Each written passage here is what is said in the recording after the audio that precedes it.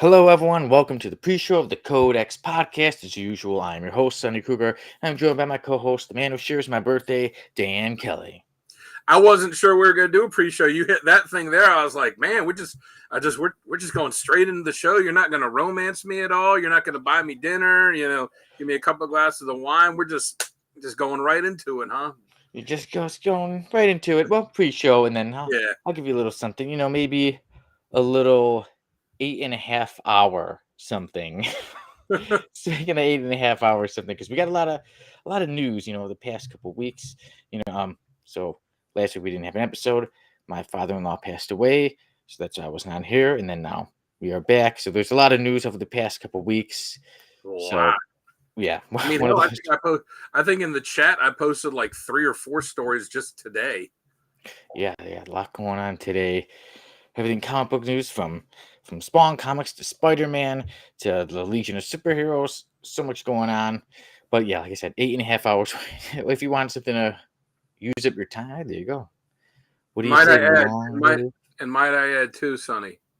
How dare you? Matter Eater Lad saved the damn universe. But we didn't. That was a good one. Had Uncle Gary say, okay, you can try to convince me, and check. He did.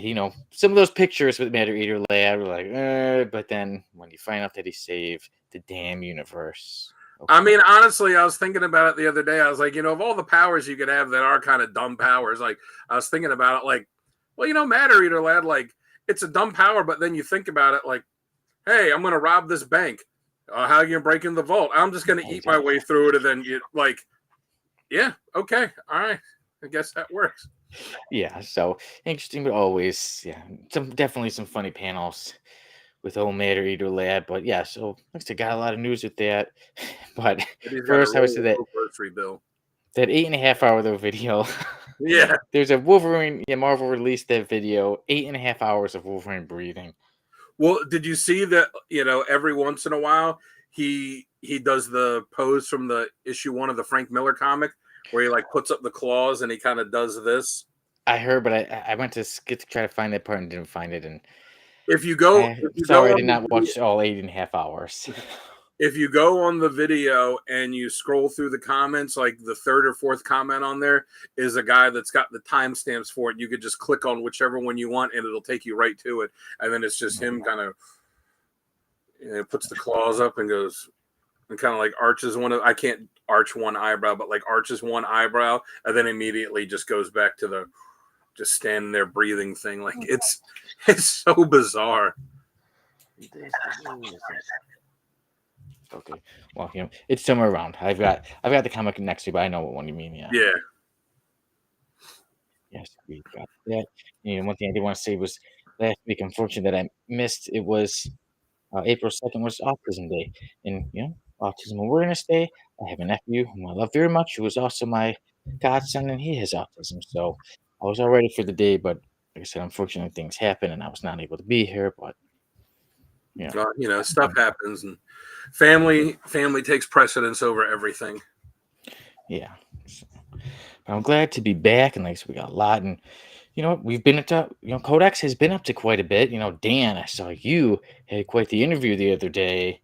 That was a good one. Yeah, that was a good one. Jimmy Palmiotti and Amanda Connor. They're promoting their Kickstarter that's going on now that has, I think it's got about a week left in it, but they've already surpassed the goal. Now they're on the stretch goals. But I did check. I did a screenshot on the Kickstarter page when you go on the main page and it says how much they're trying to raise, how many backers they have, how much they have raised, how much time is left. And I did a screenshot of it. And then I went and posted the interview, on, hey, what's up, Sal? Hey, Sal. We're not going to read that last thing he said about Beast. And then I went and posted it on, this was already on our YouTube page, and I posted it on Facebook and, a bunch of, on my page and a bunch of comic pages and, and the Codex Twitter I posted on my Twitter, I posted on the Codex Instagram, on the Codex Facebook, all over that. And then I was, then the next day I was looking at back at their Kickstarter and they had like 12 or 13 more followers. I'm like, well, I don't know if that's specifically us, but I'm just going to go ahead and take credit for those 12 new backers and say, oh, they saw our interview and went, oh man, that does look good. I'm gonna check that out. And I must say, Dan, you were a real pro during that interview. And yeah, you even did talk about the pro. Yes, that was good. A lot of good stuff. So it was a great interview. So everybody, make sure to check out that interview. We got it on I the don't Codex think you can Station. talk to them and not mention the pro. Yeah. And speaking of comic books, I didn't mention it earlier, but today me and Dan will be reviewing The Amazing Spider-Man, Kraven's Last Hunt. A masterpiece. Somehow we have taken this long on the Codex podcast or the whole Codex Station to review it, but today we will be reviewing the classic Kraven tale. And in preparation for it, I went back and listened to part of a while ago. I did an interview with the guy that wrote that, J.M.D. Mateus, and I went back on, pulled up the interview and put it at the part where me and him talked about that, and we spent a good 10 or 15 minutes just talking about that. And in preparation for that, went back and listened to all that. And everybody, you can go back and check it out too. Sal says, Dan, the influencer. Was it just read Green Lantern Far Sector in one day, and it's great. Love the compact size. Was first weary of the parallels to modern times, but then loved how it committed to it and the world building. And I dig Joe. Honestly, at this point, and I said, well, long before Far Sector came in, I was like, there's too many Earthbound Green Lanterns. They got to get rid of at least half of it, in my opinion. They got to get rid of at least half of them, because why does Earth need so many as opposed to every other planet? Like every other planet has one. Earth is like, yeah, we got like a dozen. Yeah, Talking Geek says Kraven's Last Hunt is amazing. Yeah, one of his favorites. The thing about it, for Earth, they got Hal, John, Guy, Kyle, and I forget the names of the newer ones. It's the guy that's got the full face mask that carries the sidearm. Oh yeah, someone else is gonna a really cool costume. I think he's Middle Eastern. He's got a really cool costume. I'm just blanking on his name. Jessica, Joe, Teen Lantern. I mean, that's 8 of them right there, and that's not even including Alan Scott, who's not part of the core. Too many Earth Green Lanterns. Maybe there should be a Green Lantern with blood in their name and huge muscles. Blood Lantern. Yeah, someone who can join the F list. Yeah, we definitely got someone like that joining the F list today. And speaking Green Lantern, and when it comes to obviously with all the galaxies and everything, a random panel of the week is going to have to deal with the biggest bum in the galaxy. Okay, so I've got his first appearance. I just completely blanked on his name. It happens. But yeah, speaking of seeing Sal in the comments, reminds me that we do have Variant Insanity today. Dan is the man with the 5 statements and right or wrong. And then how we were talking before about all the comic book news. Man, my fingers look fat as shit, don't they? I got some fat sausage fingers. Dan, I've never met you in real life, so I can't tell if that's how they really are, or if it's just the camera. But they say the camera adds 10 pounds. Yeah, there you go. I don't mind. Look, I'd say it's kind of my hand. God, if the camera adds 10 pounds, your fingers must be bony as shit based on that. You got to be like Skeletor hands. No. I'd say it just actually captures it. I guess I'm so used to being on camera. The camera is used to me now, so maybe I would say not really added weight. But look at that. That do look like some fat sausage fingers there. Off topic, anyways. Well, no problem with it. Sausage fingered Green Lantern. You'll have to have a ring twice the size of the others. Yeah, they never said that. If any characters, because obviously now Green Lanterns are the same size. I mean, Kilowog is how big, but yeah, there's been no character who's needed a double-sized ring. I mean, what's to stop them giving just because a guy is big and fat doesn't mean that he's not doesn't have a lot of willpower. It's not like he's got to be Batman and be swinging around rooftops. He's got a magic ring that that gives him all his powers. Yeah, one day in the future, we may see it. Why not? I mean, hell, at one point before they made the that terrible Ryan Reynolds Green Lantern movie, Jack Black had been cast to play Green Lantern. Oh yeah, there was. Yeah, I forgot that he was cast to play him, but obviously didn't get made. Thank God, yeah. I'm sure that would have been a disaster. I was just saying, that really would have been weird. Like, yeah. Who has more identity issues than Hank McCoy or Hank? Oh, we talked about it on Character of the Week last week when we did Carol Danvers. I was like, she's Carol Danvers. No, she's Miss Marvel.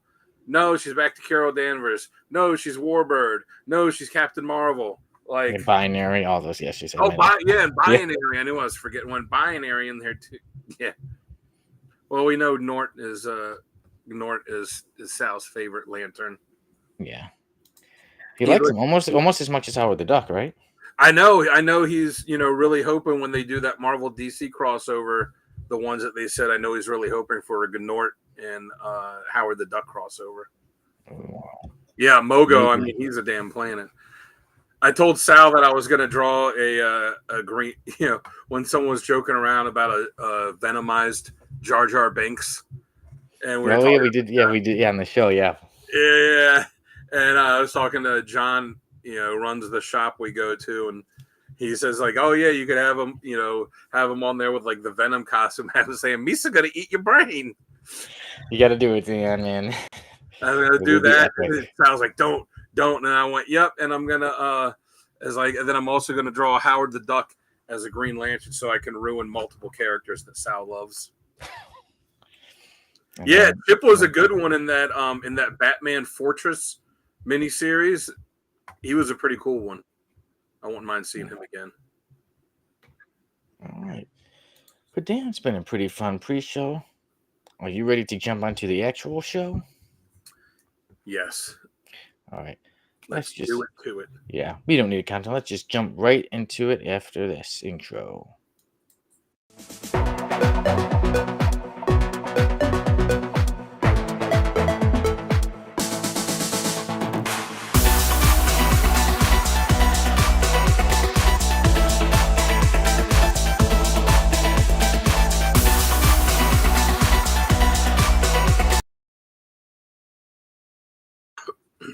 All right, and welcome everyone to the actual show of the Code X podcast.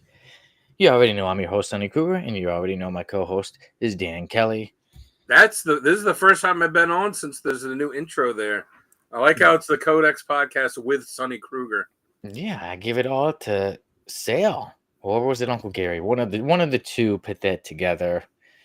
Yeah, like I said, so today me and Dan will be reviewing Amazing Spider-Man, Kraven's Last Hunt. Yeah, we'll be having somebody with blood in their name join the F list. I wonder who made that guy. And somebody is the biggest, or Superman claims, the biggest bum in all of the galaxies in the random panel of the week. Dan will have the 5 statements in right or wrong. Before that, Variant Insanity.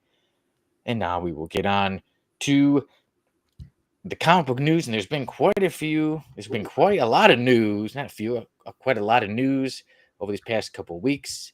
So I will get us started with the rundown.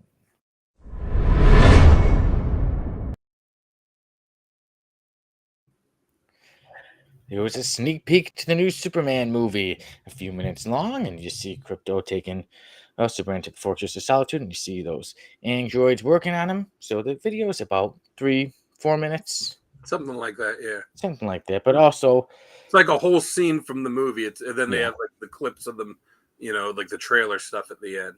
Yes, like you said, yeah. It's a little scene, and then at the ending with clips of a little trailer to Superman coming out July 11th. Talking Geek says Kraven's Last Hunt is amazing. I think many will agree. And speaking of how we're talking about, Superman comes out in July 11th. Peacemaker Season 2 has its release date, and then will start to come out on August 21st. There's been some more things going on. There's been some Spider-Man news. The new Spider-Man live-action movie will be called Spider-Man Brand New Day. And Tom Holland has said it's set to be a fresh start for Spidey. That's not all the Spider-Man news. Spider-Man Beyond the Spider-Verse. It's not going to be called. It was going to be Across the Spider-Verse Part 2, but now will be called Spider-Man Beyond the Spider-Verse. It's set to be released in theaters June 4th of 2027. So you've got over 2 years to wait for that one. So don't hold your breath. All right, man, you're not going to make it. It's too long of waiting. But you know what? You know who will be returning sooner than those movies? And that is the Legion of Superheroes. And Mark Waid says that in his the 4-part miniseries, Dan's ready. In the 4-part miniseries, that will be the new history of the DC universe. That Mark Waid has hinted that we may be seeing the Legion of Superheroes return, and that it's going to be, he said, the proper version of the Legion of Superheroes. He said, regardless if you are a fan from the very beginning or if you're a newer fan, he's promising that it's going to be one of your favorite lineups of the Legion of Superheroes. So that should be great. Unfortunately, there was a passing over the past couple of weeks, and there's actor Val Kilmer passed away at the age of 65. He's known for many great roles, been in many great movies, but many of us, here at Codex will remember him as Batman. So he's passed away at the age of 65. Maybe I'll come and rest in peace. And there's also some news about the new Thunderbolts, and they got the little star Asterisk. asterisk at the end. Yeah, because you just have the asterisk at the end. The new Thunderbolts with the asterisk series is set to come out June 11th, and they're starting to have a new lineup. But first, I'll say that the writers are set to be Sam Humphries, and the art is set to be by Tom Lima, and the new lineup is set to be the Winter Soldier, Black Widow, Carnage, Hulk, Clea, Namor, and the X-23 Wolverine. So that's what we got. And then, unfortunate news, what's all going on? With the tariffs, comic books are getting hit. Image Comic Books has said that their prices are going up 33%. So that includes some of their biggest comic books. Well, it's not all their comics, right? Isn't it just Spawn? Okay, so we're saying, not every single comic, but quite a bit, including Spawn. I think it. Yeah, if I read it right, I think it's just the Spawn books that are going up. And we know there are quite a few Spawn titles, so yeah, we can check that out just to make sure we got it right. But yeah, so that's going on. And then Dan, you were saying, you sent another article that also said that other comic books like DC and Marvel are pretty much protected from tariffs affecting their prices. Well, I mean, if I read it right, it's not just Marvel and DC.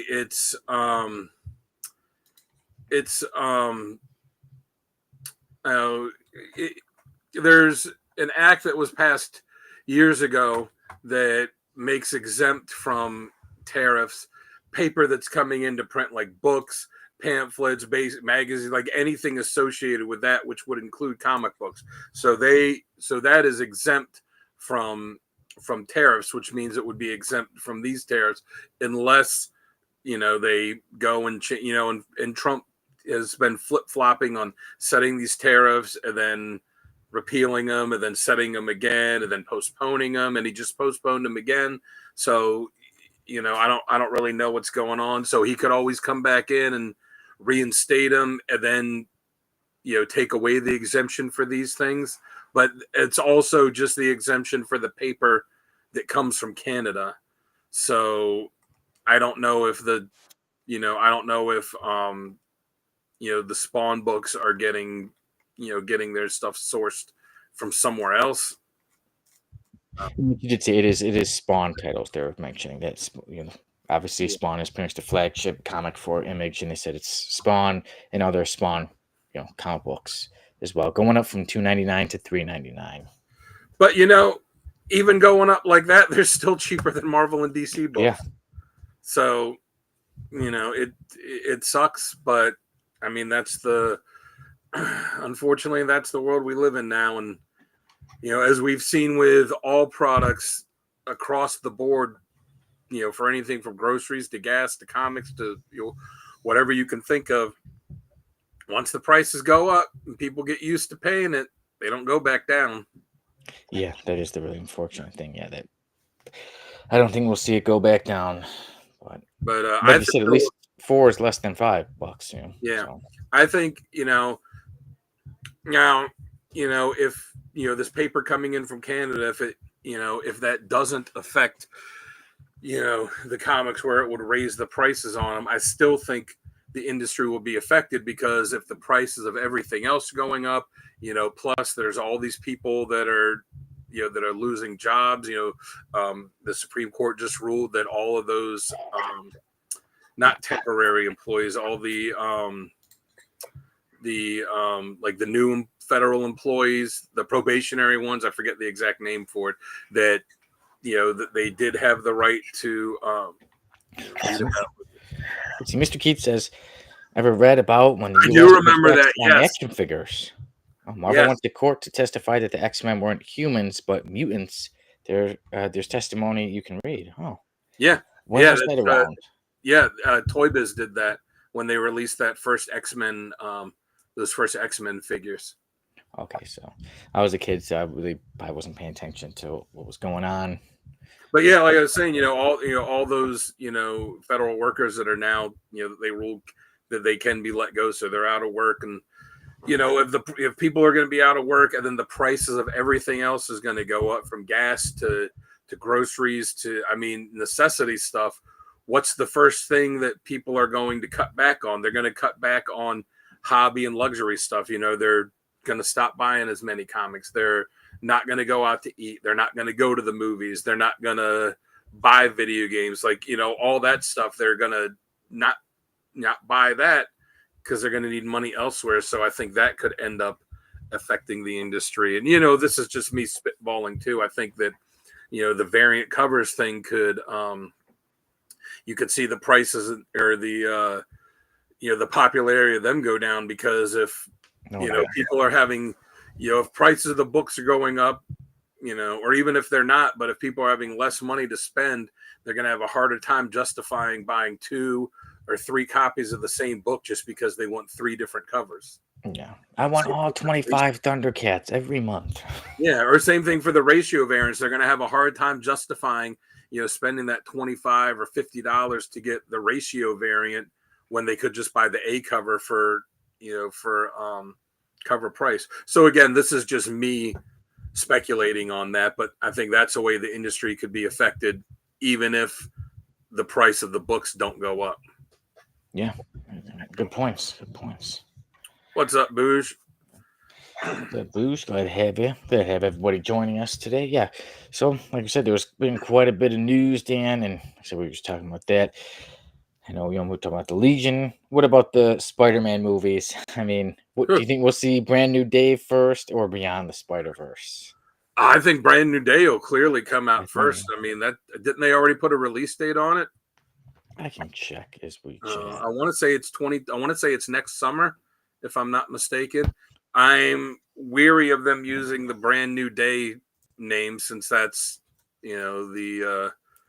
since that's part of the downfall of Spider-Man, was the one more day and then Brand New Day, Yeah, where Marvel just absolutely just spit in the fans' faces and ruined him. But right now, Google says July 31st of next year. So yeah, so and the MCU stuff generally, especially for something where it's like the 4th movie, for a flagship characters, they're going to want to keep that on schedule. It's probably not going to be like Blade, where it's on its 18th director and 32nd script and 56th release date or whatever. But yeah, I think that'll come out first, and hopefully they're just taking the name because it fits with, oh yeah, this is a fresh start, and they're not going to actually try to adapt that hot garbage. And everybody's already on the board that, oh, it's Mephisto. It's Mephisto. They're already back on that now. Like give it up, guys. Every time you say it's him, it's not. Yeah. And so we got to see how Fantastic Four goes, and then obviously how Avengers Doomsday goes. That will tell a lot, I think, of what's going to happen in Spider-Man Brand New Day. Yeah, because it's going to come out after Doomsday. I think Fantastic Four is and Thunderbolts are the only ones coming out before Doomsday, right? Right now, I believe so. Yeah. Yeah, it's Thunderbolts and then Fantastic Four and then Doomsday, which is filming now. Yes. Yeah. Bruce says, "Brand new day and one more day are bad words." I've said it many times before. Why did they just before Resurrection like everyone else? Yeah, I mean, I've said it before. I used to buy all the Spidey books. I bought Amazing, Web of Spider-Man, Spectacular Spider-Man, the self-titled Spider-Man, was it Spider-Man Unlimited, the minis. I bought all of it, and I stopped buying all of them at the end of One More Day. As soon as Mephisto made, they made that deal with him, I was like, I'm done. I didn't even buy the first issue of One More Day. I picked it up off the rack at the comic shop. I kind of flipped through it and I was like, nope, I'm done with this bullshit. And I didn't buy Spider-Man. The only Spider-Man comics I bought for, up until about 2 years ago or so was 2-3 years ago was I would occasionally buy something if a book came out and it was like not in continuity, or if it took place pre One More Day, like a mini series, I would occasionally get something. But other than that, no. And even now, like I bought a couple of them, in the past 2 or 3 years, but even still, I'm just like, it's just why you keep messing with us. And now we got Ultimate Spider-Man, which is, this is the Peter that we want. He's Spider-Man and he's married to Mary Jane and they have kids, and it's a good family unit. Like, I don't know why Marvel keeps screwing with us, why they keep refusing to let him grow. Man, people like the Ultimate Spider-Man. They like what's happening in there, so they should look at that. Yeah, man, when I was buying when I was a kid, before I even started buying new books, when I was just buying like old books from like thrift stores and flea markets and antique stores, when I would go with my parents, I'd get Amazing Spider-Man, and I would get, like Justice League and X-Men. Those were like some of the main ones I got. So yeah, Spidey was one of the first for me. And for those listening who didn't get to see, yeah, Bush had said that Spider-Man was one of his first books he read, and he hated those two stories. Yeah. One More Day and Brand New Day. So maybe Marvel might want to think about changing that name. Like I said, if they're just using the name, happy. If they're just using the name to signal like, hey, this is all new, that's fine. And personally, like I didn't care for Zendaya's fake Mary Jane or Ned in the movies. I mean, they were okay, but if they move on from them, I will not be upset. I like what I like that. We're talking geek said. Yeah, one more day did one great thing. It made the clone stories seem great.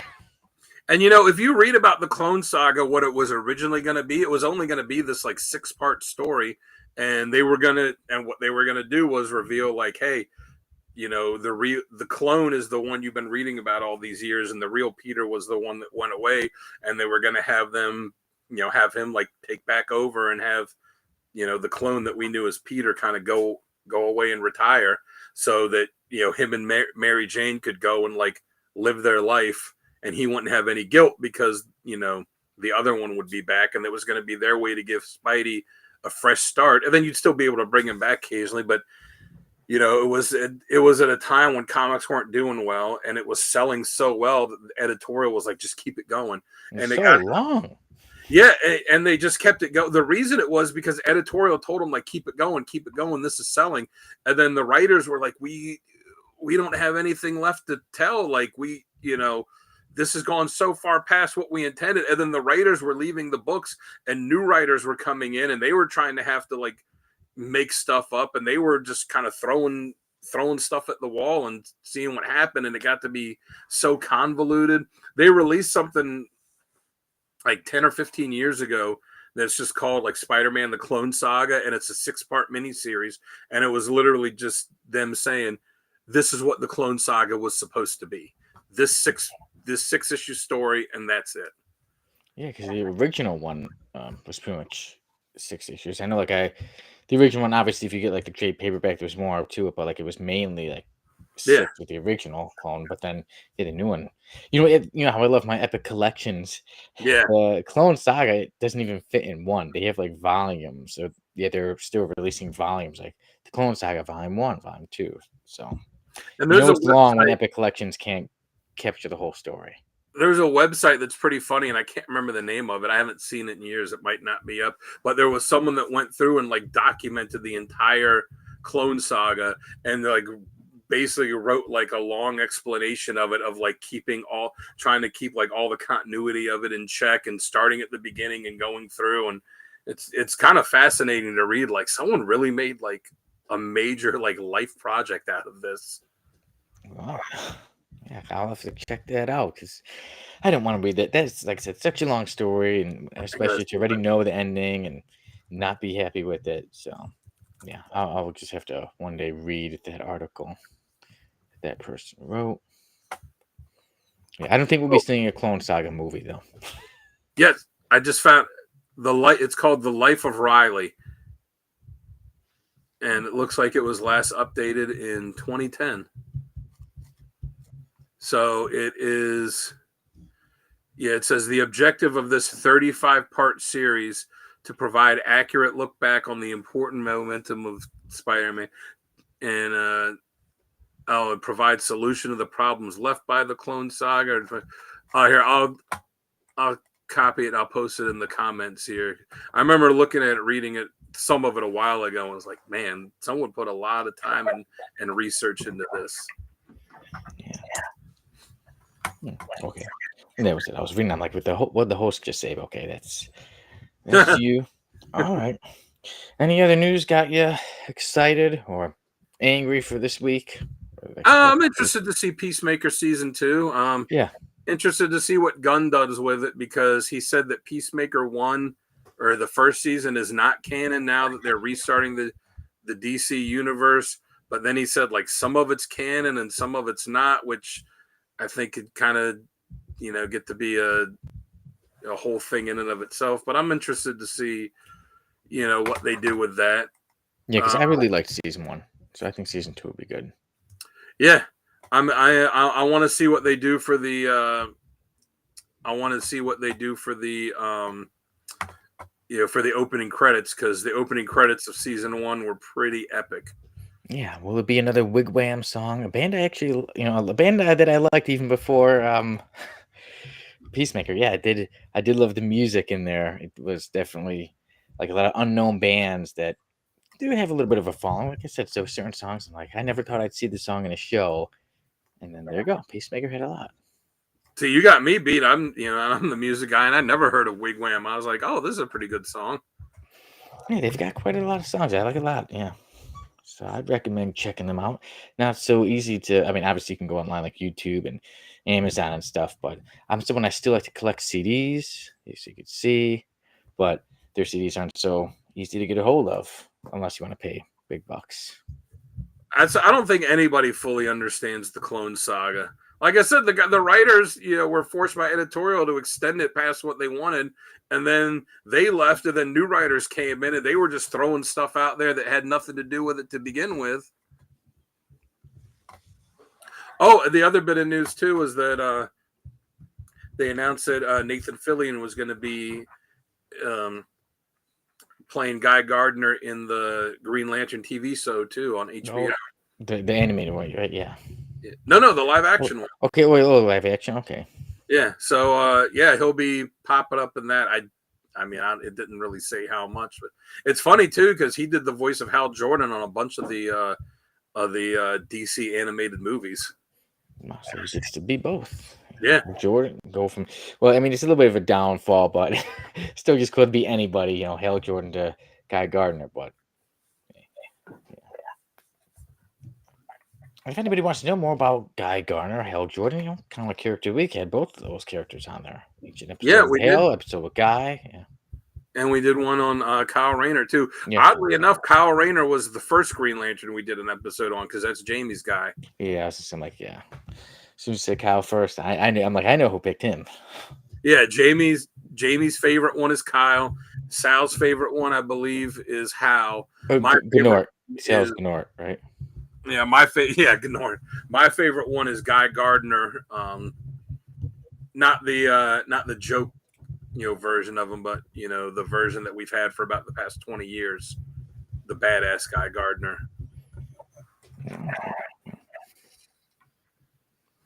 Now we just got to get Norton in the series too.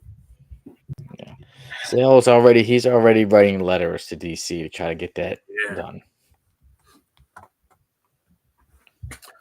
All right. Well, speaking of Sal, sometimes when he's around, things get a bit insane. So are you ready? Yes. Jump from the news to some variant insanity.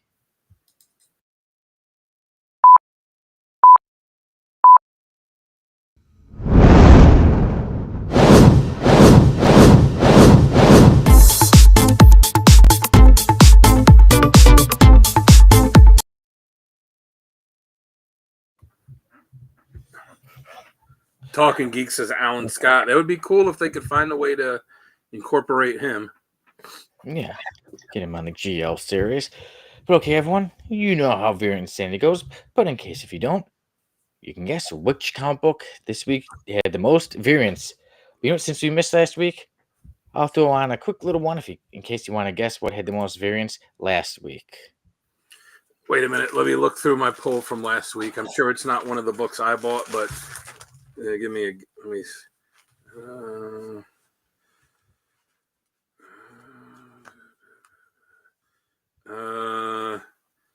I'll jump on that.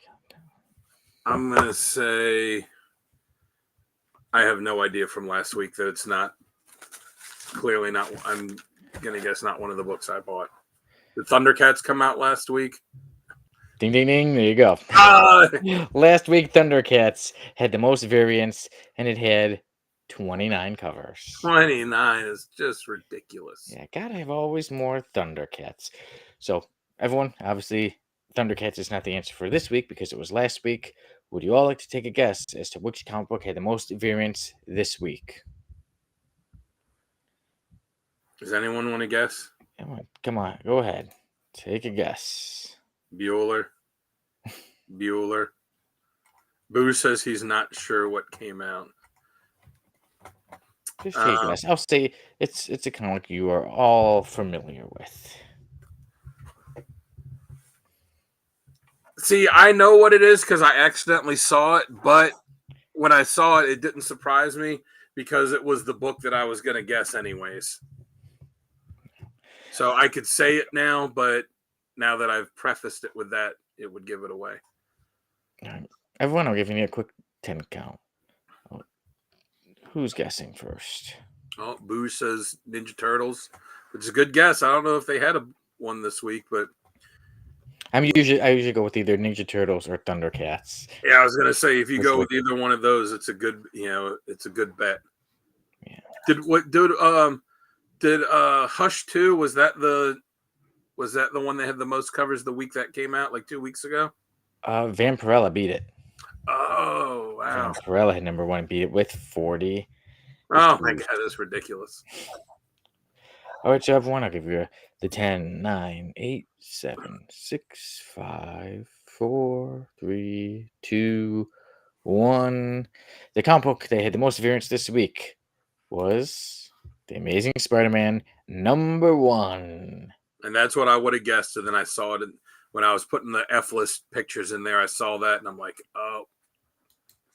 So would anybody like to take a guess as to how many variants The Amazing Spider-Man had this week? Now, this I don't know. So I'm going to guess 32. No, Marvel never does that many anymore. I'm going to guess 18. Okay, Dan going with 18. Anybody else want to guess? All you got to do is throw a number out there. I did get one. I got the Del Auto variant because I was looking at the covers coming out. I said, all right, it's the first issue. I'll give it a chance and see if it's any good. Kelly's a good writer. Pepe Larraz is a good artist. And I'll give the first issue a try. And I was looking at the covers coming out, and I was like, that A cover kind of sucks. But the Del Auto cover looks really good, so I got that one. Did you get to read it yet or no? No, I haven't gone to the shop yet, so probably go on Friday. Well, okay. I got to check with Sal to see what day he wants to go, but it'll probably be Friday. All right, so Blue's going 27. And Dan, you had 18. Yes.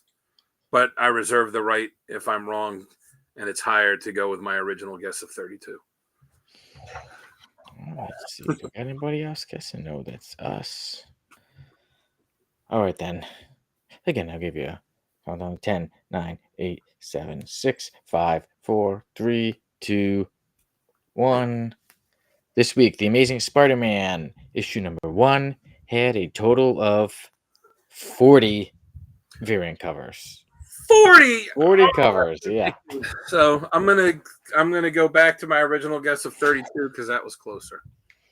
So, because when you said 32, and you're like, oh no, Marvel doesn't go that high anymore. They don't. They did this. They did this week. I guess they're taking I guess they're taking a page out of DC's book with all those ridiculous Batman covers. Yeah, I was surprised to see. I was used to Thundercats, and like I said, I was a little surprised. Vampirella had 40 issues as well, or 40 covers as well. So I was surprised, and I was like, oh, Spider-Man 40. Yeah, that's crazy. Amazing Spider-Man number 1, 40 covers this week. Yeah. And that A cover too, This is wild. I think it is a fold out. So like the back cover, I think is like all the villains coming after him. It kind of looks like, because you could see, I think it's the Rhino's arm there. Yeah, I think I seem to remember seeing on Comic Hub seeing the full gatefold and like all the villains are on the back coming after him. All right, well, Dan, you might have something to say about 40 covers being too much, but you've got 5 statements to make, and we'll see if everyone agrees with you and right or wrong. So take it away. I mean, we always know that I'm right. The first one is tying back into a current story that we covered in the news about the tariffs. The new tariffs will have an adverse impact on the comic community. Agree. Right. Community, industry, whatever you want to say. Yeah, I'm gonna go with right. All right, so that's number 1. Number 2, Hush 2 in Batman will ultimately be a letdown as a story. Unfortunately, I'm going to go with right. Sometimes there's certain stories it's hard to live up to the original. Oh, I forgot to give my answers too. Yeah, for the tariff thing, I think I say right. For Hush 2, as much as it pains me, I think I'm going to say right on that as well. Number 3, Superman will have a higher box office than Fantastic Four. Right. I mean, as popular as Marvel is, and I think Fantastic Four could be really good. It's still Superman. Yeah, So I'm still Superman. I'm not saying it will be better because I'm not even going to say that. Yeah, especially with Fantastic Four with only one trailer with limited stuff. I'm just going off box office numbers. And then sticking with movies, number 4, Avengers Doomsday will keep some of the cast a secret, or at least attempt to. Right. And this is one I really hope I'm right for. I'm going to say right as well. Because they were putting a lot out there. I'm like, they've got to keep some secret, And number 5, in Avengers Doomsday, the way that they will explain Robert Downey Jr. playing Doom and Iron Man, a lot of people speculated that it will be Tony Stark as, becoming Doctor Doom in this other universe. I'm going to say that number 5, that it will turn out that Tony in our regular MC universe will turn out to be a Doctor Doom variant. So just in the Iron Man that we're all used to, that he'll be a Doom variant? Yeah. That in all the other universes, this guy was Doctor Doom, but in the main MCU, instead of becoming Doctor Doom, he became Iron Man. Could be right. I'll just say wrong. I'm trying to think of how I think they'll explain it, but I'll just say wrong. All right, so discuss further. The first one, the new tariffs will have an adverse impact on the comic community, comic industry. I already kind of said my piece in the rundown. How I thought it could how it could affect it with just people, even if the books don't go up in value, with the finances that people have available. Yeah, I think like you said, like I said, you pretty much got everything with that one. When you said when we talked about earlier, like I said, if even if comic books aren't going up in prices, other things in life are going up. It's harder to just to say pay bills, pay for gas, pay for food. So then you say, okay, maybe I got to cut down on the comic books. So I think that will affect. Yeah, people have Comic less industry. disposable income. I've had Yeah. it happen to me the past few months. I've had to drop books that I didn't want to, just because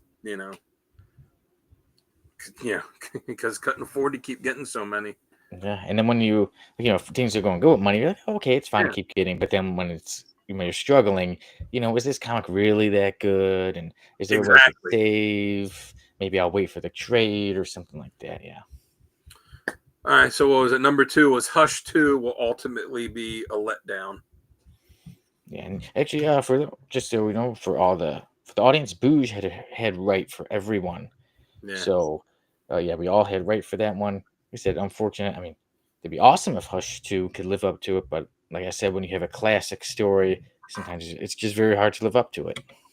Yeah, plus, John at the shop I go to made a good point. He's like, hasn't Hush been used since the first storyline? I was like, yeah, he was used in a Tales of the Dark Knight book. He's popped up a few times. I know there was that one Batman, was it Batman Immortal, where he was like a main character in it. So he's like, why is this Hush too? I went, well, I guess it's because it's Loeb and Lee again. But when they announced it was going to be 12 issues, and now it's going to be 6, and then they're going to restart Batman with issue 1, and then they're going to come back and do another 6 issues of it or something. So, Yeah.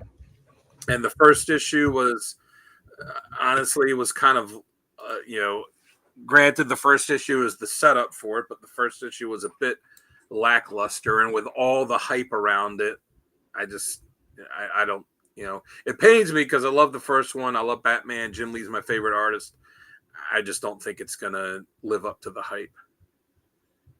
All right, and then number 3. Oh, number 3, Superman will have a higher box office this summer than Fantastic Four. I said right just because, like you said, it's Superman. Yeah. And yeah, me, you, and Booge all had right for that one. And except we agree, pretty much it's going up against Superman. So And it's not saying, and like I said, I'm not saying it's going to be the better movie. I don't know. Both movies could be great. Both movies could be terrible. I don't know. I'm just going on which one will make the most money. yeah, I agree. All right, number 4, Avengers Doomsday will keep, or at least attempt to keep, some of the cast a secret. We all had right. Yeah, Yeah, except they're releasing a lot, but it's wise to keep at least something secret. Let people be surprised a bit. me So, yeah, too, Booge. I want it to be good as well. same Yeah, here. I mean, we saw it in Wolverine and Deadpool. Chris Evans was a surprise.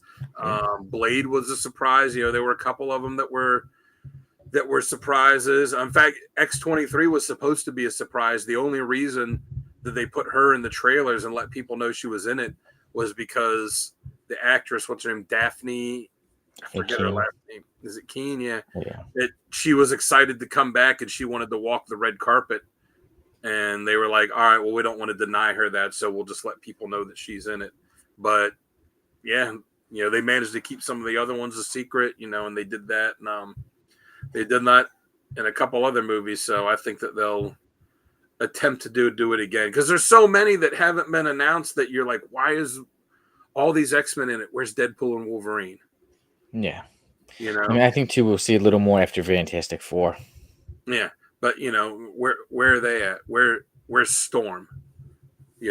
Where's where's Captain Marvel? Where's Doctor Strange? Where's Spider-Man? Where's Wong? Isn't he supposed to be like, the Sorcerer Supreme now? Where's the Hulk? Where's She-Hulk? Like, so I think that they'll try and keep some of them secret, so we'll be surprised. Yeah, And where's Daredevil? That show's so awesome now. I want to see Daredevil. yeah. So, yeah, maybe we will. All right, and then number 5. Number 5, that the way that they will explain Robert Downey Jr. playing both Iron Man and Doctor Doom is that it will be revealed that Tony was, instead of Doctor Doom in this other universe being Tony Stark becoming Doctor Doom, it will be revealed that Tony was actually a Doctor Doom variant. And I was the one who had said wrong. Trying to just think what I think how they do it. Maybe I just think in one universe it'll just be like in this one he was. Yeah, well, that's how I think it'll be. Is that, and I didn't really come up with this. I got to admit it. I saw someone posit this online. I was like, that's pretty good.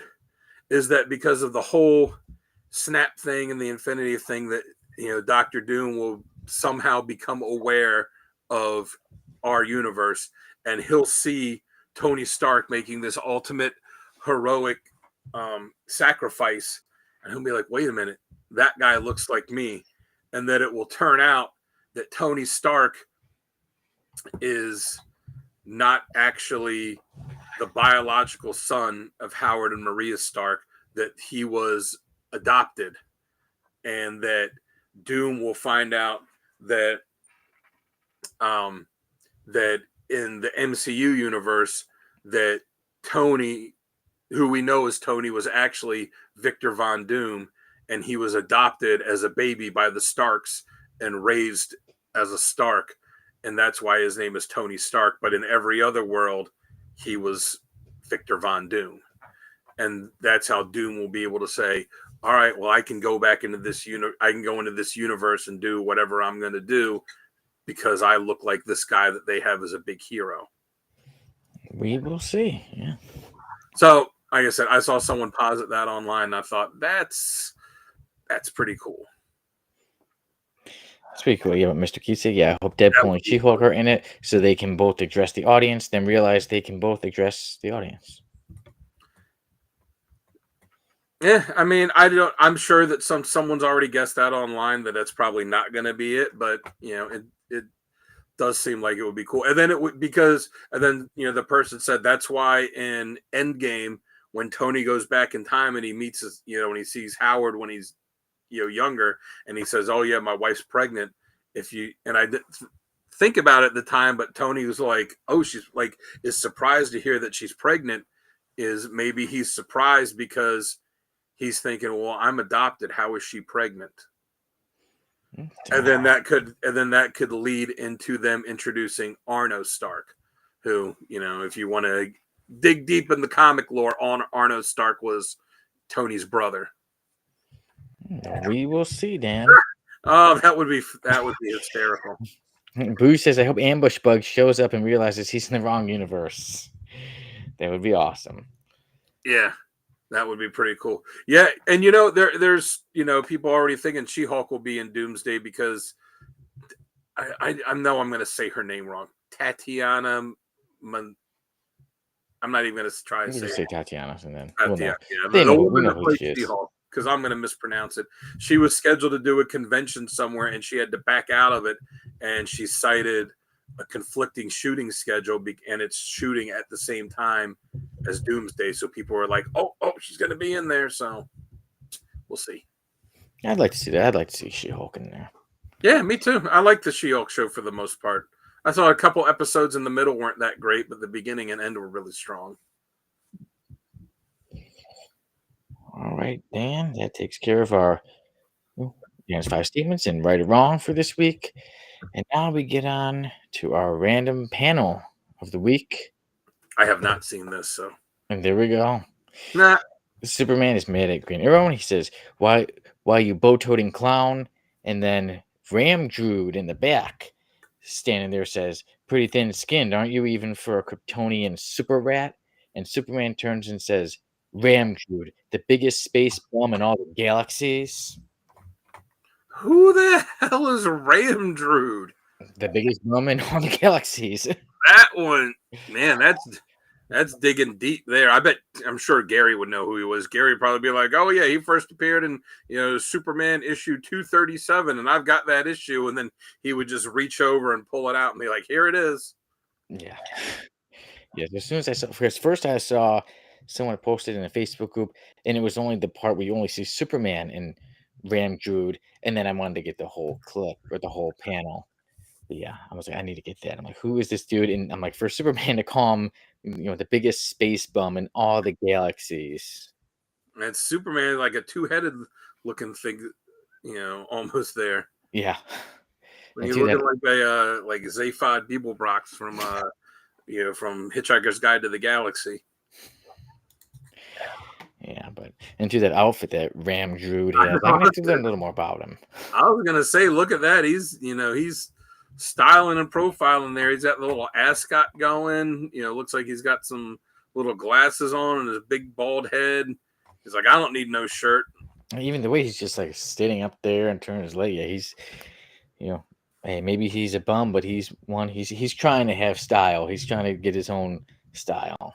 He's like, hey, Superman, hey. Yeah, as he calls Superman a Kryptonian super rat. Yeah. Yeah.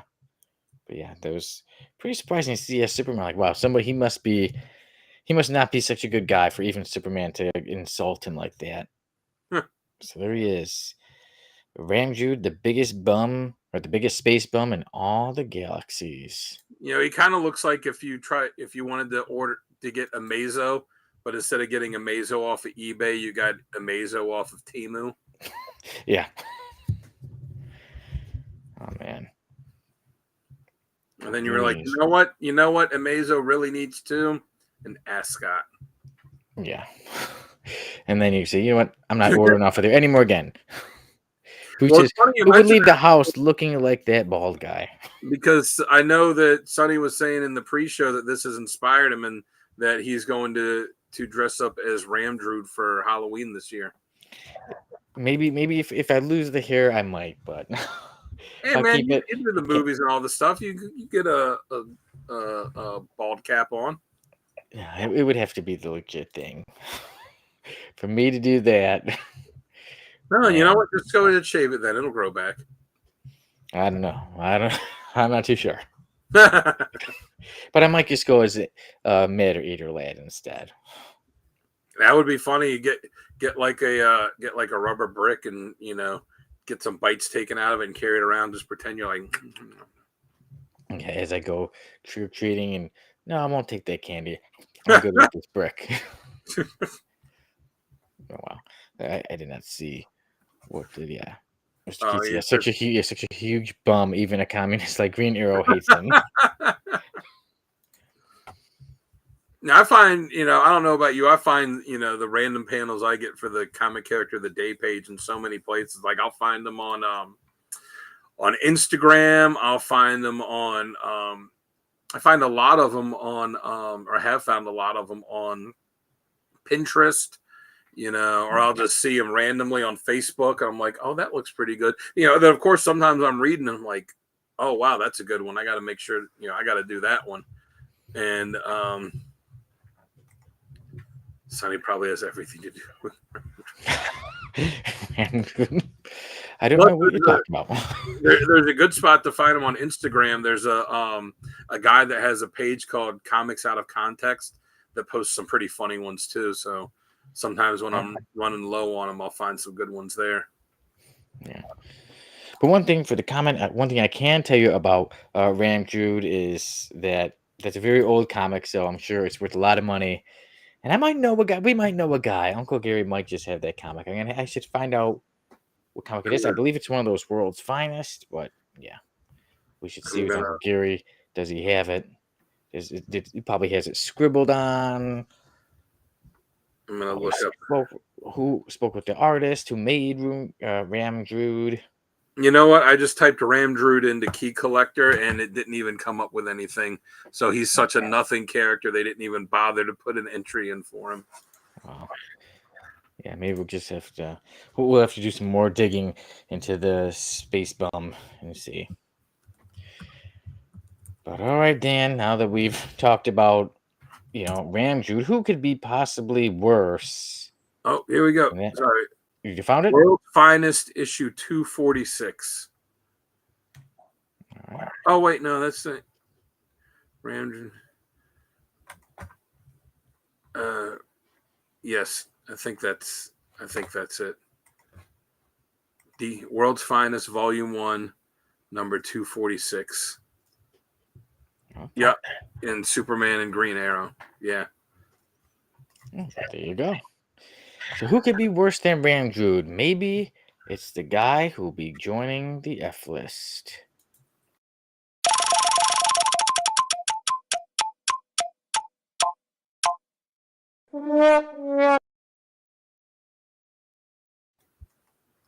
All right, you ready for this? I'm ready. Today, joining the F list, Bloodwulf. Wait a second. You could be next. Oh, And you know he's super cool because he spelled wolf with a U. oh, and we know who. We already know it's Rob Liefeld. Look at those huge muscles, the tiny feet, the The tiny huge feet, gun. the gun that looks like a futuristic hair dryer. Yeah. If you look at his left hand, he's like holding a knife. But if you really look at the way that it's drawn, it doesn't look like he's holding it at all. It's just kind of there. Yeah, like it's like behind his fist. Yeah, it almost Yes. looks like, yeah. And there he is. Yeah, but and he's got his big old orange hair, blood wolf. So edgy, just so edgy. Yes. There he is. Wolf. That's Who I not the worst picture, but wait, I guess they're gonna. How many holding pouches has he got there? There he is, sticking his tongue out. Oh, yeah, but he's got 1, 2, 3, 4, 5, 6 visible pouches on his belt. Looks like there might be Who's on a his couple shoulder? pouches on his wristbands. Yeah. He's got to have more pouches. There we go. He's sticking his tongue out. That's a face for radio. Oh, look how funny he is. He's getting electrocuted, and then he's naked at the bottom. And look at that just masterclass of human anatomy. They buy it, and I'm on the way. And what's that? He's got 1, 2, 3, 4, 5, 6, 7, 8 belts around his left leg for reasons. Yeah, I don't know why. Yeah. Let's count the pouches in this one. 1, 2, 3, 4 on the jacket. 1, 2, 3, 4 on the belt. 1, 2, 3, 4, 5, 6 on his right leg. And there's a guy by him by his shoulder. It looks like he's bringing more pouches to him. I mean, you can never have enough pouches, Sonny. Yeah. And there he is. Oh, well, look at that. Yeah. Eat crap and die, filthy, stinking maggot. And if you look it up too, there's variant covers for this cover, and I only picked this one, but there's like I think 3 different ones where it's the exact same art. It just has him saying different stuff each time. And what was one you did mention to me about OJ? Oh yeah, there was the let me look it up real quick because I can't remember exactly what And it was. as you get that, I'll quote the comments here. Boosh says, sings for Static X, and he sings for Static X when he's not killing bad guys. He says that hair is such an eyesore. So there's a lot of other stuff, but damn, that hair is ridiculous. Oh, Static X, man, there's a band I haven't thought of in quite a while. Yeah, one of them says, "Hey, wizard, smells funny. Who cut the big cheese?" Because remember, they used wizard back in the day. They used to call Garib Sheamus the Big Cheese. I'm trying to find the one. Mr. Keith says, "I assume all those pouches carry his bottles of sunscreen." Yeah, he's very pale. Oh, here's the. Boosh is that and hair gel. Yeah, he definitely needs a hair gel for those. Huge. Oh, that's not even hair gel, man. That's straight up wood glue. I used to be in a band with a guy that would put his hair up like as a little mini mohawk, and that's what he used. He used wood glue. I remember telling him we were getting ready to play a show once, and he was putting that in. I was like, that can't be good for your hair. And he's like, I don't give a shit. All right. Oh, here it is. All right. Yeah. Here's the OJ one. Let's see. Oh yeah. Run, OJ, run. So yeah, this is the magnificence that's Bloodwulf. So Sonny said that he wanted to take a crack at the history of Bloodwulf. Yeah, so I've seen this character like every now and then. I'd see a picture, and you said to put him on the F list. So I said, you want? I'm not going to really look into him. I'm just going to see the pictures and take a guess. So we already know he's made by Rob Liefeld. You can just tell with the many pouches, the huge muscles, the small feet. Yeah. Okay. So I'm going to guess Bloodwulf. Is his name I'm going to say Dragon Blood was a mercenary, but he didn't just follow the rules. When he was told to bring in somebody, he would kill them because he doesn't give a damn. He doesn't follow the rules because he's just that edgy. And then suddenly there was corruption, and the agency, or those he was working for as a mercenary, they turned and tried to kill him. But he's so edgy and tough they couldn't do it. So he takes out his saw, knife, and his huge gun, like you said, Dan. It looks like a blow dryer, and he does that. And he uses all that to kill those who betray him. Yeah, there's a good comment. See, like when Mr. Keats said, "Hey, Bloodwulf," the extreme '90s call and said it's a bit much. Yeah, who says because it's real? And Mr. Keats, yeah, he looks like the combo man of Image Comics. But yeah, so there we go. He turned. Yeah, I'm sure he's in no way a rip off of Lobo. Yeah, and you know what? Speaking of Lobo, how we did say, I think it's pretty funny that he does look like a copy of Lobo. You know how he's all edgy and he's killing people. I'm learning some Spanish. Lobo in Spanish in Spanish the word Lobo means wolf, and look at his name, Bloodwulf. Yeah, because Los Lobos, the band Los Lobos, doesn't translate to the wolves. Yeah, or the wolf. So there you go. Yeah, Lobo's wolf, and here's the Lobo copy, Bloodwulf.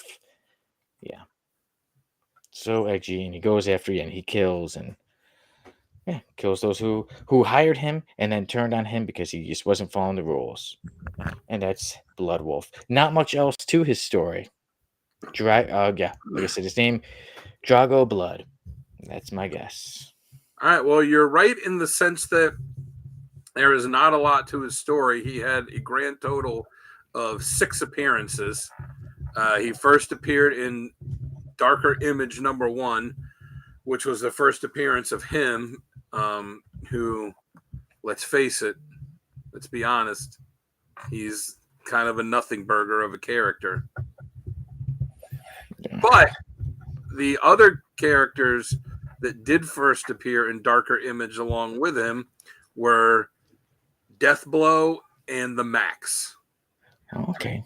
Or I guess it's not the first appearance of the Max. It's like a mini story, so it might be the first appearance. But it is the first appearance of Deathblow, who is an actual good character, and the Max, who is an actual good character. Bloodwulf snacks. And one thing I will say about Bloodwulf, I mean, at first appearance, sometimes I look at he's not so bad looking, but then like the first image, I'm like, oh, okay, he's just kind of, this '90s guy. But then the longer you look at him, the worse he gets. Then it's like look at the anatomy on that. Yeah, the horrible anatomy. There's so many pockets. The super tiny feet, and then like I said, he's just another copycat character. Yeah, and a lot of these characters that Rob Liefeld made, some of them they're out there. Like I said, and he wasn't. So I was right. Was he a mercenary or something like that? So he had 6 appearances. He appeared first in Darker Image #1, which was the only one. I don't think they ever did a Darker Image #2. Shocker, Image was late shipping something and then canceled it. Then he had a 4-issue miniseries, and then he had a one-shot called Bloodwulf Summer Special where he fought Supreme. And that was in 1995, and I believe that was his last appearance as well. But didn't Lobo also have a summer special? Yeah, well.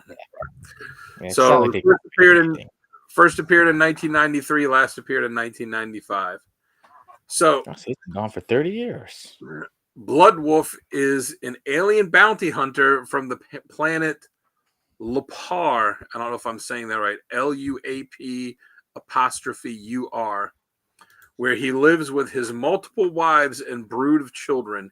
He craves a life of action, however, and is always ready and willing to leave his quiet domestic life behind for grand space adventures. His mother, Redwolf, and grandmother, Califia, are also formidable starfarers.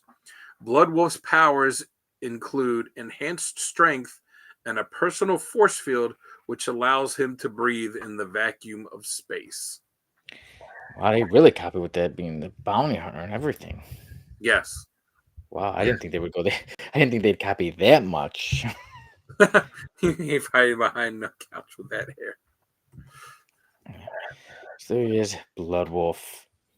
Yeah, he's pretty forgettable. Like I said only for things like the F list, and we can have fun with him. But yeah, you wouldn't say, man, who should we put in there? Should we go with Lobo or Bloodwulf? There's nothing really special about him. And like I said, Look, he's been gone for 30 years. he's mentioning OJ. He's so edgy. Yeah. Yeah, even to this one, yeah, they eat crap and die, filthy stinking maggot. Like, okay, thanks Duke Nukem Light. Yeah. Yeah, like I said, Hey, the got other to hear one, like Duke Nukem almost. yeah, the third one was him. Was him saying, hey wizard, who cut the cheese? Like, oh, a fart joke on a comic, ha ha. Yeah. Yeah. So I say, it didn't give. Does he have a real name, or was he just Bloodwulf? No, it just says So he's he's just Bloodwulf. Bloodwolf. Yeah. So I say Bloodwulf stays on the F list. I am going to agree with you, and the only way he gets off of the F list is if we make a Z list. Yes. Extreme! I bet he drinks a lot of Mountain Dew. Yeah. And maybe he listens to the band Extreme more than words. Before he goes out, bounty hunting in space. Not like anybody else he's, a copy of. Yes. So you go. Bloodwulf joins the F list. And now it's time we don't talk about any F list stuff. Now it's time we move on to our review. Today we are reviewing the classic Spider-Man story, Kraven's Last Hunt. I'll get us started off with the credits, because I have the paperback here. The writer was J.M. DeMantis, penciler Mike Zeck, inker Bob McLeod, McLeod, and colorist Mike Zeck and Ian Tetrolt, letterer Rick Parker, editor Jim Salicrup. Yeah, so there we go. And Bruce, he drinks Mountain Dew or Code Red, and that was for that was. That's what he for uses to dye his hair. Wait, let me. But okay. So back, the Amazing Spider-Man, Kraven's Last Hunt is certainly nothing it's certainly no F list. It is a true classic story. In this story, Kraven the Hunter is probably the main character of the story. He is set out to kill Spider-Man, right? And what's going on? He even says, all this time, who's the one who's always embarrassed him and taunted him? Spider-Man. So also Kraven says, he realizes he's a lot older, but still is in extremely good shape. He says the potions, everything he took, but he says he needs to take down Spider-Man. That's the one he needs to get. And he gets Spider-Man. The story is a lot more violent, a lot more adult than usual Spider-Man stories, especially for the time. In Kraven, he brings out a gun. He shoots Spider-Man, and he buries Spider-Man. But Kraven's not done. He says, not only do I need to beat Spider-Man, I need to become Spider-Man, and be a better one. So he searches for Vermin. Vermin was a character before who Spider-Man and Captain America teamed up to take out. So Kraven says, hey, he beat him. He needed the help of Captain America. I need to beat him alone. And at this time, in Spider-Man's mind, he's trying to come back. And the reason they use Vermin for that is because J.M. DeMatteis and Mike Zeck, who did this story, had done a run on Captain America together, and they created and introduced Vermin in that book. So when it came time to do this, they were like, hey, we can use him in this too. Yeah, so Vermin, a character who wasn't really known, is in this classic story. But yeah, like I said, so that's what I'll tell you about, Kraven's Last Hunt, right? Kraven takes out Spider-Man, wants to become the next Spider-Man, a better one to prove then he can finally rest. This story is a six-part story that took place, over the Amazing Spider-Man, Web of Spider-Man, and Spectacular Spider-Man. And it's, yeah, like I said, a six-part story. It is surprising. It is violent. It is touching. It does make you think. That I love the artwork in it. I love the story. It is truly. We were talking about the F list before. Bloodwulf trying to be an edgy character.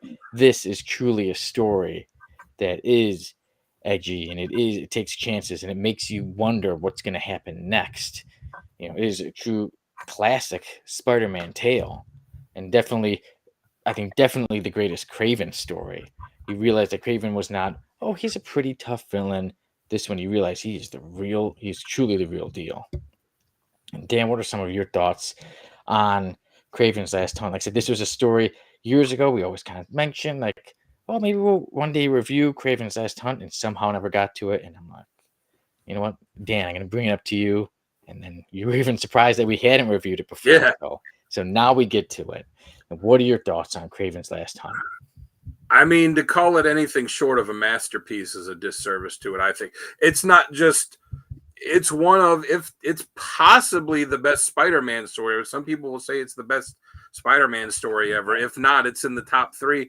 It's one of the best comic book stories ever. Like, it's just, yeah, it's a masterpiece of storytelling, and all this stuff that went into making it. I learned some from it. I did an interview with Bob McLeod, and we talked about it. Someone who was the inker on it. I did an interview with JMD Mateus, and we spent a good 15 or 20 minutes during it talking about that. Both interviews you can find on the YouTube page for the Codex Station. Just go and click on the interview channel and scroll down, and you'll find them along with a lot of other great interviews. That's called Synergy. Anyways, but yeah, so, and I'd read some about it before. It's funny, when I first read it when I was a kid, before I read this, I read the What If story that was what if Kraven had actually killed Spider-Man. So it was weird reading that before the actual story. But yeah, like you said, it's dark. Spider-Man's kind of known for being a fun-loving, adventurous character, or at least he was then. And this is definitely not a story like that. Kraven was kind of a C-list at best Spidey villain until this. And originally when DeMatteis had the idea for this story, it was originally going to be a Wonder Man story. It was going to be Wonder Man and Grim Reaper and play off the brother thing, and Grim Reaper was going to kill him and bury him, and then he comes back. And Marvel thankfully rejected that, because it would have come and gone. Then when he's at DC years later, he revives it as a Batman story with Joker, but they had just done Killing Joke, and they're like, yeah, it's too soon to do another big Joker thing like that. So he sits on it for a while, then he thinks about it, and he goes, you know what, I'm going to take Joker out, I'm going to put Hugo Strange in, and it's going to be Hugo Strange thinking he can be a better Batman than Batman, and taking out Batman, putting the costume on, and going doing all that. Well, DC then told him, well, this is or Denny O'Neil told him, he says, like, this is a graphic novel. We've already done our one Batman graphic novel for the year. Story gets put on the back burner again. Goes back to Marvel, starts writing Spectacular Spider-Man, pulls out this idea, and originally Kraven was not the villain. It was a new character that DeMatteis had created, which, he had told me, he's like, don't ask me who the character was. He said he had long since forgotten about it. It's not a character that ever became anything else. And he said he's like, he didn't care about Kraven, but he was reading one of those Marvel universe, like the Marvel file things, the guidebook to the Marvel universe. And he's flipping through it one day, and it comes on Kraven, and he's like, I didn't care anything about Kraven. And then he sees, as he's looking through these characters, he sees that Kraven is Russian. And then he said that set something off in his brain. And he's like, oh yeah, Russian, like Dostoevsky, this. So he decides to put Kraven in the story. And, the ending where it was what Kraven does was not the original ending, but he said as he's writing it and it's progressing, it just kind of led him that way. And he said he was kind of in a shitty place in his life at the time, so it fit to make the story kind of dark. And there was all this great confluence that he got Mike Zeck, who we worked with him on Captain America, to do the story. And he said the first of all those amazing covers, the first one that Zeck drew was that iconic one of Spider-Man coming out of the grave. And he said, because that's the image. Yeah. That's the one that covered the graphic novel, but it's in there too. Because he says like that's the main image from the story, and all the rest flowed out of that. And he said Spider-Man being in the black costume at the time really fit the story. Yes. That's such a great cover. But the Spider-Man being in the black costume at the time fit the story, and it wouldn't have had the impact if he had been in the red and blue costume.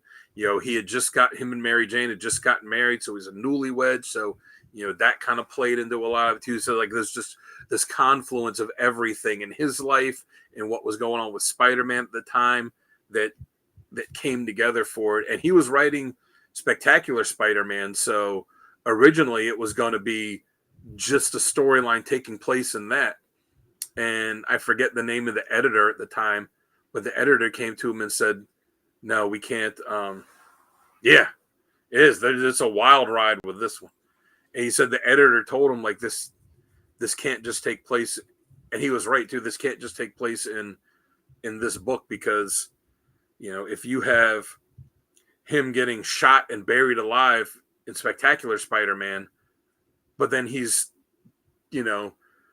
swinging through the city and making jokes and cracking jokes and amazing and web of, it's going to take away from the impact of it. You're not going to be like, oh man, what's really going to happen, when you're going to be like, oh, whatever, he's still doing this. So it was the editor's idea that said this story has to run across all three books for 2 months, so that you don't see, so that the only thing you're getting is this story. You're not getting this and then Spider-Man off doing other stuff. I think it worked out perfectly to do it. Across all the stories. But exactly, because when he told me that, I was like, exactly, because a couple years ago when DC was like, we're killing the Justice League, I'm like, all right, well, Batman's got like a dozen books a month, Superman's got 2 or 3 books a month, Wonder Woman's got a book, Green Lantern's got a book, Flash has got a book, Aquaman, like all these characters have their own books. Like you say, you're killing the Justice League in the Justice League book, but they're all still appearing in those other comics. I was like, it doesn't have any impact on me. But you have this storyline running through all 3 Spidey books, and you're sitting there reading it like, you're waiting for the next one. Like, holy shit, what's going to happen? Like, that definitely helped with the impact of it. Yeah, I said so. Definitely one of the greatest Spider-Man stories. And one thing I did like when I was in the graphic novel, it has like a little interview with JM, and he even said like what does it say? At the first part, it says a confession. I didn't write Kraven's Last Hunt, and then he says, well, not in the way you think, and talking about how he, like you were saying, he saw it in his head, and I like to read that. I remember years ago when I first read this, to read that, like, because I write, and sometimes I try to explain to people, like, sometimes it's not like I think this. I'm like, it's literally like watching a show in my head, and to see JM say that, especially with such a classic story, I loved reading it. And the first time I read it, I said the same thing when I interviewed him. Like, myself also had, it definitely hooks you. Yeah.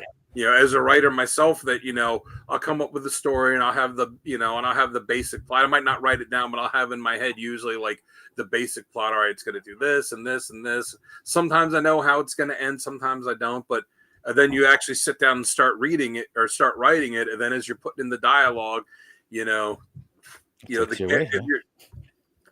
take, people who don't write don't understand it. They think it's just, oh, that's a bunch of BS. But no, like the characters really do, if you're doing the good job, they really do take over the story. And it kind of be like you're still writing it, but it kind of becomes, you let them determine where the story is going to go. And then you get to that point sometimes you're like, all right, well, I had the plot that was going to go this way, but as I'm writing it, it feels like it's going to go this way, and you have to determine, am I going to force it to stick with what I originally did, or am I going to do, where it's kind of leading me?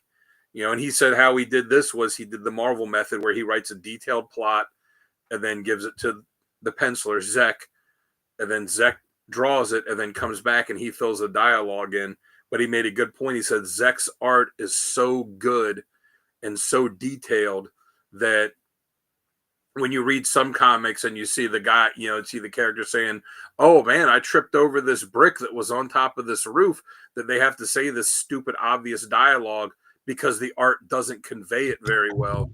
Yeah, But he's like, Zek's art is so good at conveying what he had written that he didn't have to do a lot of that stuff. So he was able to really get into like the character's psyche and have just a lot of, thought balloons instead of having a lot of them saying stuff. And yeah, it's dark, it's gritty, it's emotional. It turned Kraven into a nothing burger of a Spider-Man villain to being to really being a memorable one. Yeah, and like we said, definitely one of the best. Bruce's Zach was phenomenal. I agree. We did say the Kraven's Last Hunt is considered by many to be the best Spider-Man story. I've seen on many lists of best Marvel stories. It is just a true classic. Dan, I feel like we can keep going on and talking about it. Well, I also told last thing I'll say is also too. I think it was good that he went with an established villain, because if they had gone with a villain that was just created just for this story, I told him, I was like, it wouldn't have had the impact.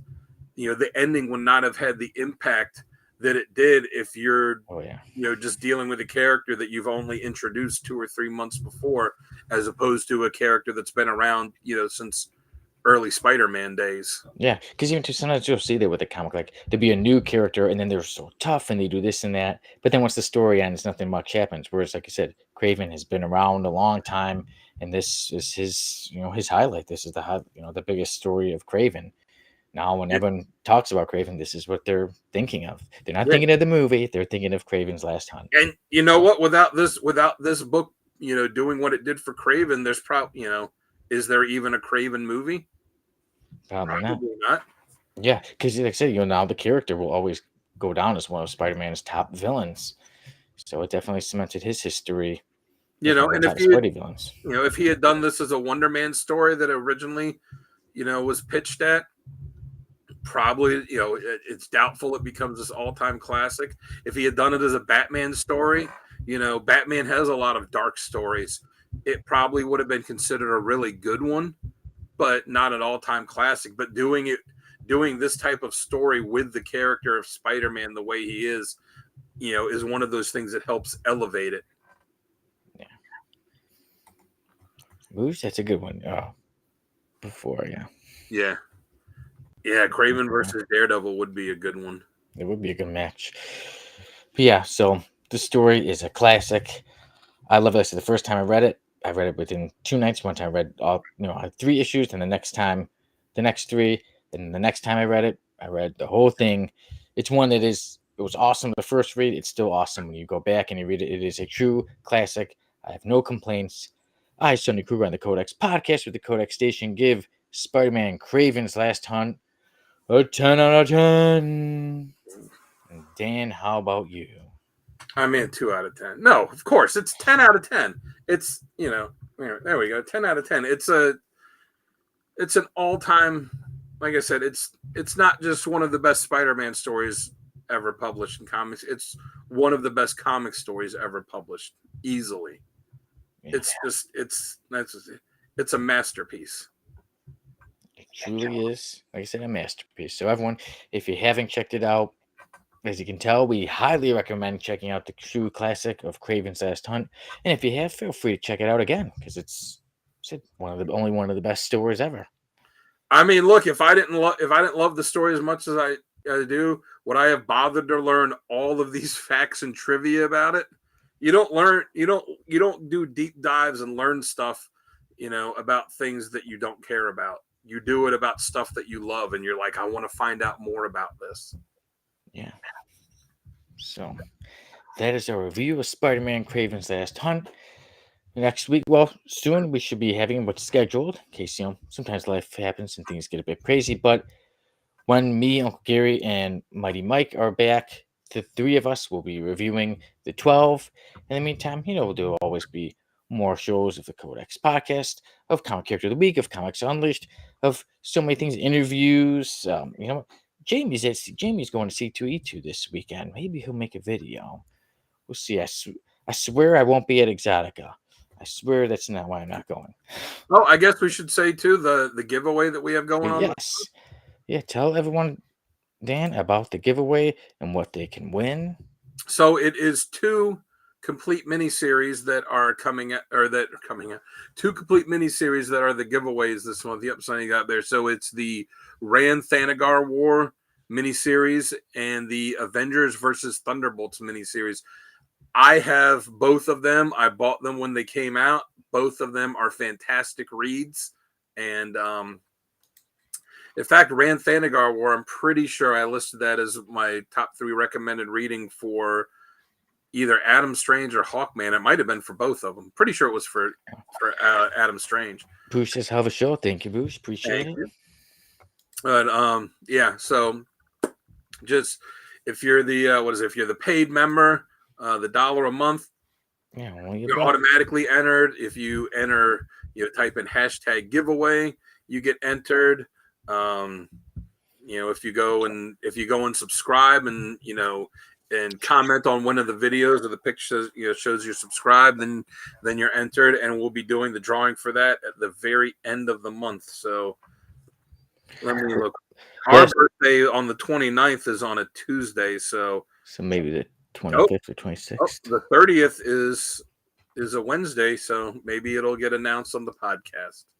All right, well, we will see. We will keep you all updated. Yes. Yeah, so make sure everyone, and also, you can find us before we go. You can find us on the socials. We've got them all at the Codex Station. And plus, you can also go to www.thecodexstation.com to get some merch, meet the team, and so much more. And everyone, with that, it's been a great episode. I'm glad that we were able to be back. Glad we were able to finally review the classic story of Kraven's Last Hunt. We get to add another Rob Liefeld character to the F list. And Bloodwulf, we got to have the random panel of the week, so you got to see the biggest, or the man who Superman says is the biggest bum in all the galaxies. Great episode, great fun all around. I want to say, how many Liefeld characters are on the F list now? Well, we've got the whole. They could have their own team. They could just be the Liefelds. Well, we got the whole Youngblood team. That takes up a lot, and then there's been quite a few. Oh, there's been a lot of members of Youngblood. Yeah, them. NFL Super Pro has quite a few, but I know he didn't make it, but still. Oh, you know what? That means Troll is on there twice as Youngblood and as separate. So I guess that's like when George Harrison got put in the Rock and Roll Hall of Fame as a Beatle and then got put in as George Harrison. So Bartholomew J. Troll. So Bartholomew J. Troll is a 2-time member. Who's situated at the Rob Liefeld list. The Liefeld list. Well, everyone, I'm going to get out of here, but I want to say take care. I hope you all have a week, a month, a life that is a 10 out of 10. Say take care, enjoy, and remember, always stay in touch and keep up with the Codex Station because we've got stuff going on all the time. Take care. We will have we're Comic Character of the Week tomorrow will be Namor the Submariner with special guest Colossus Collector from his YouTube channel, and then on Saturday night will be Hagen from Lettuce Comics joining us on Comics Unleashed. I see. Always big stuff for the Codex Station. Stay tuned. We will see you all later. Yeah, bye-bye.